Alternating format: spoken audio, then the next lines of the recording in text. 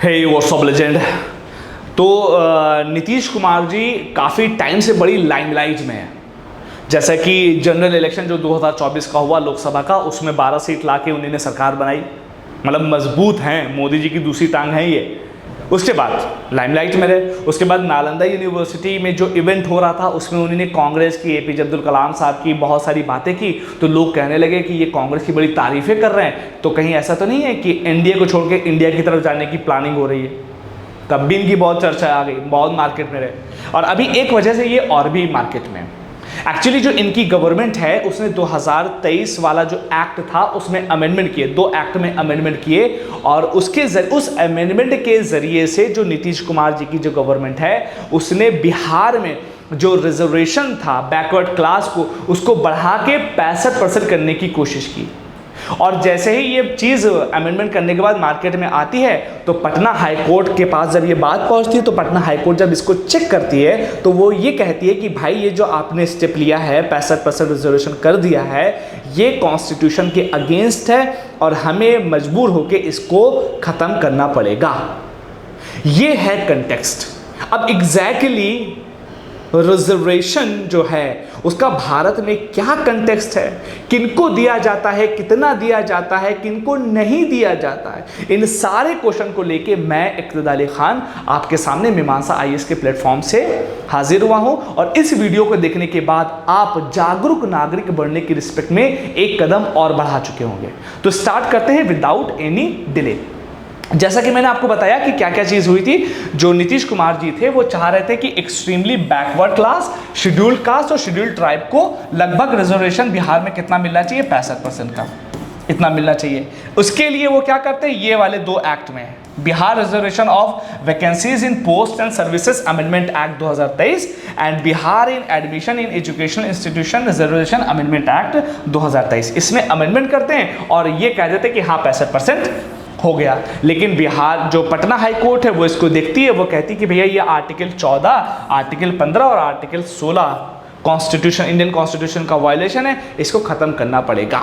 ये परिपेक्ष है, पीछे मैंने बताया था, इस पीपीटी में भी लिखा हुआ है, आपको ज़रूरत हो तो आप इसको स्क्रीनशॉट इसका ले सकते हैं। अब उसके बाद एग्जैक्टली देश में रिजर्वेशन का स्टेटस है क्या, मैं आपको बता दूं, जो देश में रिजर्वेशन है वो जनरली 2 तरीकों से डिफाइन किया जाता है। एक किया जाता है कास्ट के आधार पर और दूसरा होता है इकोनॉमिक बैकवर्डनेस के आधार पर। 2019 से पहले इकोनॉमिक बैकवर्डनेस का कॉन्सेप्ट नहीं था। 2019 के बाद 103वें संविधान संशोधन के जरिए से इकोनॉमिक बैकवर्डनेस को भी एक तरीका बनाया गया जिसके जरिए से रिजर्वेशन दिया जाने लगा। उससे पहले जो कास्ट बेस्ड था उसमें 3 लोगों को रिजर्वेशन था, शेड्यूल ट्राइब को 7.5%, शेड्यूल कास्ट को 15% और ओबीसी को 27% था। ये टोटल मिला के होते हैं 49.5, लगभग 50%। उसके बाद 2019 से इकोनॉमिकली बैकवर्डनेस के आधार पर 10% और ऐड किया गया और टोटल मिला के अब रिजर्वेशन कितना हो गया, 59.5%, या मैं जिसको बोल सकता हूं 60%। Is that clear? ये बेसिक सी चीज है। पहले क्या था, सोशल और एजुकेशनल आधार पर, मतलब जिसको हम लोग कास्ट बेस के आधार पर बोलते हैं, मैक्सिमम कितना हो सकता था, 50%। इकोनॉमिकली बैकवर्डनेस के आधार पर 10% का और बढ़ाया गया 2019 के बाद 103वें संविधान संशोधन से। अब मुद्दा ये आता है, मैक्सिमम जो कास्ट के आधार पर है वो 50%, ये कहाँ पर लिखा हुआ है?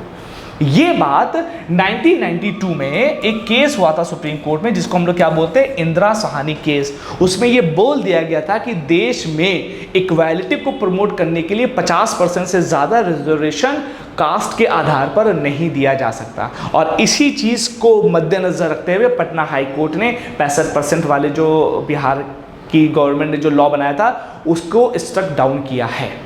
Is that clear? बहुत बेसिक सी बात थी, इतना हम लोग आगे बढ़ते हैं। उसके बाद आपको पता होना चाहिए, तो भारत में टोटल कितना रिजर्वेशन हो गया, 60% सीट रिजर्व हो गई हैं। अब 60% सीट किसको किसको मिलेगी, SC ST OBC EWS, कहाँ कहाँ, गवर्नमेंट जॉब में और हायर एजुकेशन इंस्टीट्यूशन में, उनके लिए 60% सीट फिक्स है। चाहे जॉब हो, चाहे किसी भी गवर्नमेंट इंस्टीट्यूशन में एडमिशन लेना हो, तो 60% सीट वहाँ पर ऑलरेडी बुक हैं। बाकी कितनी बची, 40%। उस 40% के ऊपर जनरल कैंडिडेट स्ट्रगल कर रहे हैं। और ये जो 40% बची हुई है, होगा क्या कि ये जो कोटे वाली चीज़ें हैं, मतलब कि जो रिजर्वेशन वाली चीज़ें, इसमें जनरल कैंडिडेट नहीं जा सकता, लेकिन जो SC ST OBC और EWS वाले हैं वो आके इस 40% के ऊपर भी कॉम्पीट कर सकते हैं। बड़ा अन्याय है। मतलब ये है कि मैं इसको सही या गलत नहीं बोल रहा हूँ, लेकिन कहीं ना कहीं टफ स्ट्रगल है। कभी कभी मेरिट इतनी होती है कि लोग जो बहुत स्किल्ड होते हैं 115 नंबर लेके आए और जो 85 नंबर लेके आ रहा है उसका सिलेक्शन हो जाता है और 115 वाले का नहीं होता। कभी कभी ये बहुत आहत करता है। इवन मैं खुद पर्सनली इस चीज़ से आहत हो चुका हूँ। मैं खुद भी पर्सनली इससे कहीं ना कहीं सफ़र कर चुका हूँ। कभी मौका मिलेगा तो उसको एक्सप्लेन करूँगा। फिलहाल तो 40% के ऊपर मेरिट होती है और उसके ऊपर आपके जो रिजर्व कैटेगरी के लोग हैं वो भी आके इसके ऊपर कहीं ना कहीं अपना क्लेम कर सकते हैं। बेसिक्स है। अब आपको एक केस जो कि रिजर्वेशन के रिस्पेक्ट में आपको पता होना चाहिए, वो था इंदिरा साहनी का केस। ये वही केस था कि जिसने कैप लगा दी थी कि 50% से ज्यादा नहीं होगा, कास्ट के आधार पर 50% से ज्यादा नहीं हो सकता। दूसरा कि भैया प्रमोशन में रिजर्वेशन को अलाउड नहीं किया जाएगा। मतलब कोई पर्सन अगर रिजर्वेशन का सहारा लेके किसी पोस्ट के ऊपर आता है, लेकिन उसका जो प्रमोशन होगा वो रिजर्वेशन के आधार पर नहीं होना चाहिए। ये इंदिरा साहनी केस में बोला गया था। उसके बाद एक कॉन्सेप्ट आया था क्रीमी लेयर का। क्रीमी लेयर का मतलब क्या होता है? रिजर्वेशन का मेन पर्पस क्या था?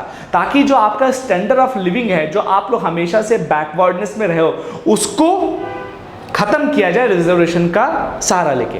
तो कुछ लोगों को दिया गया और उन लोगों ने उस जो उनकी कंडीशन थी उससे वो उभर गए। अब उनकी कंडीशन काफ़ी अच्छी हो गई है, वो लोग बहुत अच्छी कैटेगरी में आ गए। तब उनको चाहिए कि वो रिजर्वेशन को छोड़ दे।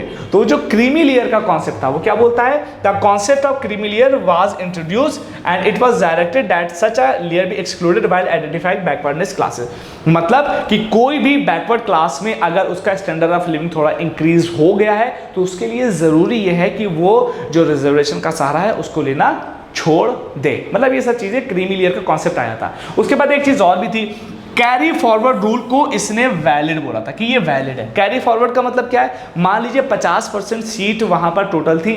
अब मान लीजिए कि 50 सीट थी और 40 ही लोग आए। अब 10 सीट वहां पर फिल नहीं हो पाई तो 10 सीट अगले साल के लिए रख दी जाएगी। तो अगले साल 50 सीट होगी और प्लस 10 को और भरा जाएगा। लेकिन ध्यान रखिएगा इसमें 50% वाला कभी भी वायलेट रूल नहीं होना चाहिए। Is that clear? I hope कि कंटेंट आपको समझ में आया होगा। एक बार मैं जल्दी से समराइज कर दूं कि देश में रिजर्वेशन 50% से ज़्यादा नहीं हो सकता कास्ट के आधार पर। यह बात इंदिरा साहनी केस में की गई थी। देश में कास्ट के अलावा इकोनॉमिकली बैकवर्डनेस के आधार पर भी आपको रिजर्वेशन दिया जा सकता है। ये बात का भाई 103वें संविधान संशोधन के आधार पर 2019 में आई। इसके जरिए से 10% रिजर्वेशन और भी ऐड किया गया है। जनरल कैंडिडेट जनरली कंपटीशन किसके ऊपर करते हैं? 40% बची हुई सीट के ऊपर। और जो ये 40% की सीट है इसके ऊपर भी जो रिजर्व कैटेगरी है वाले हैं वो भी आगे इसमें कॉम्पीट कर सकते हैं। Thank you so much for watching this video. I hope कि वीडियो आपको समझ में आई हो। अगर समझ में आई हो तो लाइक, शेयर, सब्सक्राइब और कमेंट जरूर कर सकते हैं। Thank you so much. Next video में आपसे फिर मुलाकात होती है। स्टे ऑब्सेस्ड एंड खोखली बातें नहीं।